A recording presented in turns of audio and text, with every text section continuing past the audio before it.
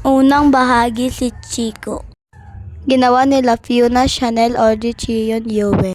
Chico, nasa labas ka ba? Napatalon sa gulat si Chico sa narinig. Tinatawag siya ng nanay niyang si Conchita. Mahilig magpunta si Chico sa kanilang maisan. Noon, palagi siyang nakikipaglaro dito. Ngayon, mas matanda na siya, hilig na niyang mag-alaga ng kanilang tanim. Niluluto at ibinebenta ni nanay ang mais na hinimay ni Chico. Chichacorn ang tawag dito.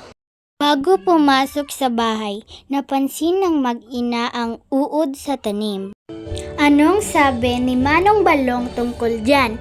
Kailangan ba ng abono? Tanong ni nanay habang tinitingnan ang mais at kamatis.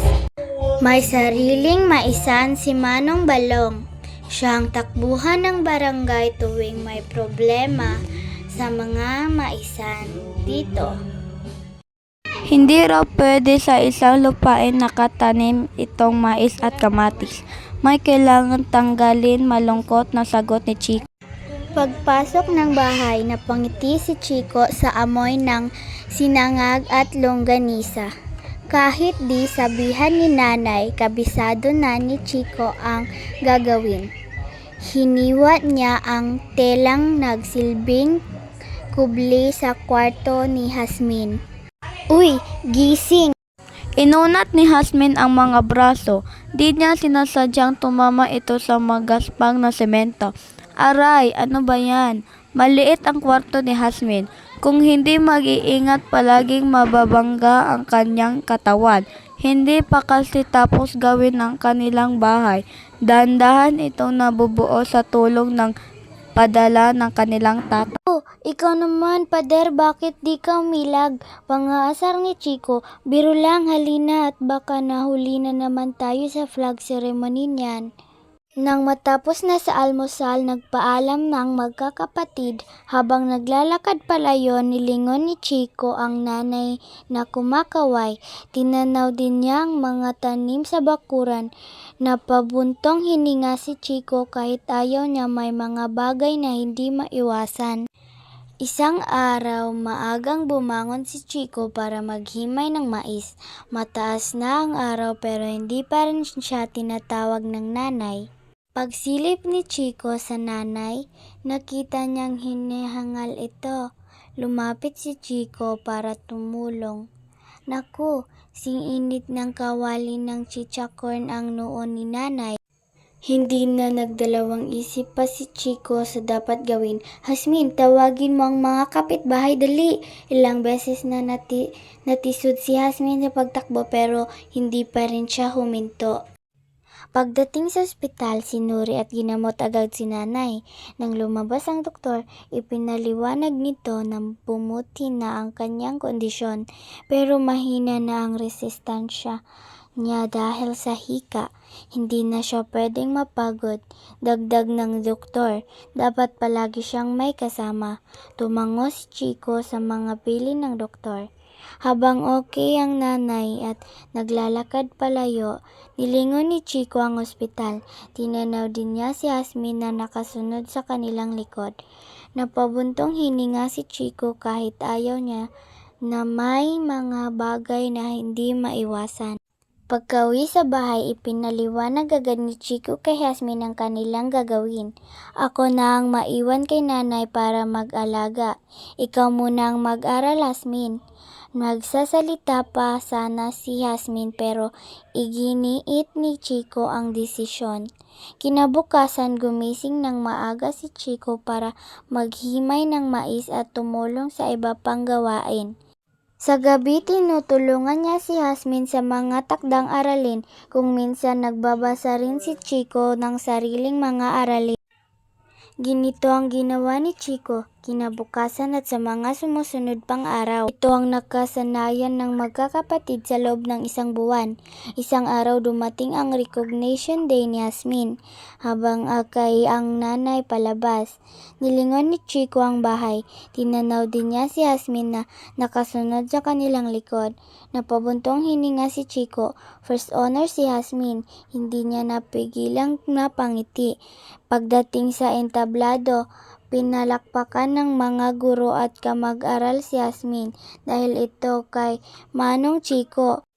Bungad ni Jasmine sa kanyang talumpati, lalong lumakas ang palakpak ng mga tao. Ting, ting, ting, munilot ni Jasmine ng mga mata, maingat niyang inunat ang mga braso para hindi gumasgas sa pader na simento. Grabe ang ingay, buntong hininga niya. Tinutukoy ni Jasmine ang bagong bagting sa paaralan. Ting, ting, ting. Napaupo si Jasmine sa muling narinig. Ngayong araw isinasagawa ni G. Velasco ang dry run para sa paggamit ng bagting. Pinapatunog ito kapag may inunsyong ang pangguro. Senyales din na panahon na para sa recess, lunch at dismissal. Ting, ting, ting. May biglang bumulong sa tenga ni Jasmine. Manong naman napasigaw si Jasmine nang mapansin ang nakatatandang kapatid.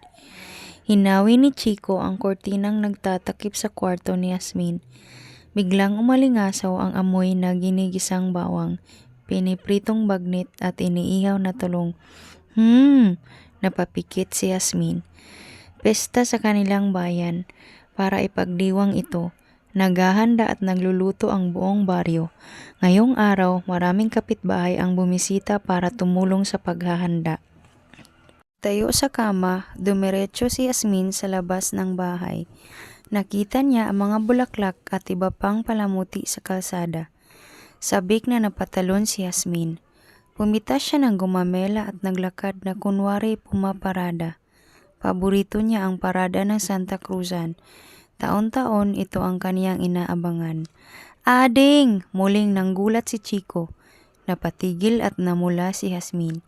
Nangangarap ka na naman ng gising Mamaya ka na mag-imagine. Halika, tumulong tayo sa kusina. Nakangiting sumunod si Jasmine sa nakatatandang kapatid. Himik at naghuhugas si Jasmine. Sa kusina, siya ang kanayang kamay ng kanyang nanay.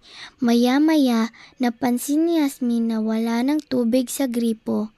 Sumisimangot si Jasmine. Umiling naman si Nanay Conchita. Naku, may ginagawang tubo sa daan. Iha, saka mo na gawin yan. Nakangiting umalis si Jasmine para isuot ang paboritong bestida. Paglabas niya ng bahay, marami na ring naghihintay sa daan. Kagaya niya, sabik silang nag-aabang. Manong, nanay, matagal pa po kayo? Walang narinig na sagot si Jasmine. Okay lang siguro kung mag-iikot ako ng kaunti, sabi ni Jasmine sa sarili. Nagsimula siyang maglakad-lakad palayo sa kalindiraanan ng Santa Cruzan at papunta sa looban. Napansin ni Jasmine na paunti-unti ang tao sa paligid. Maya-maya pa narating niya ang maisan nila, Manong Balong. Si Manong Balong ay may-ari ng pinakamalaking maisan sa bayan. Magpapatuloy sana sa paglalakad si Jasmine nang biglang nanlaki ang mga mata niya. May nagsisimulang apoy sa maisan ni Manong Balong. Tumakbo siya ng mabilis papunta sa sariling bahay. Manong Chico, Nanay Conchita, sumasakit na ang lalamunan ni Jasmine kakasigaw. Pero kahit anumang kamag-anak, wala sa sariling bahay. Maya-maya pa, may naisip na gawin si Jasmine. Tumakbo siya papunta sa kanyang paaralan. Nakakandado ang gate nito. Kailangan ko ang bagting. Kinapan ni Jasmine ang mga pader ng paaralan. Halos malibot na niya ang mga labas ng ayon. May nakita siyang kahoy na nakaawang isiniksik ni Jasmine ang maliit na katawan at sumuot sa loob nito. Napatigil ang mga tao sa simbahan noong una. Akala nila galing ito sa kampana.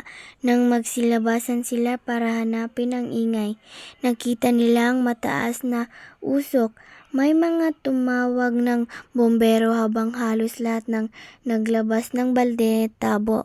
1, 2, 3, pasa, isang mahabang linya ng nabuo sa gitna ng kalsada.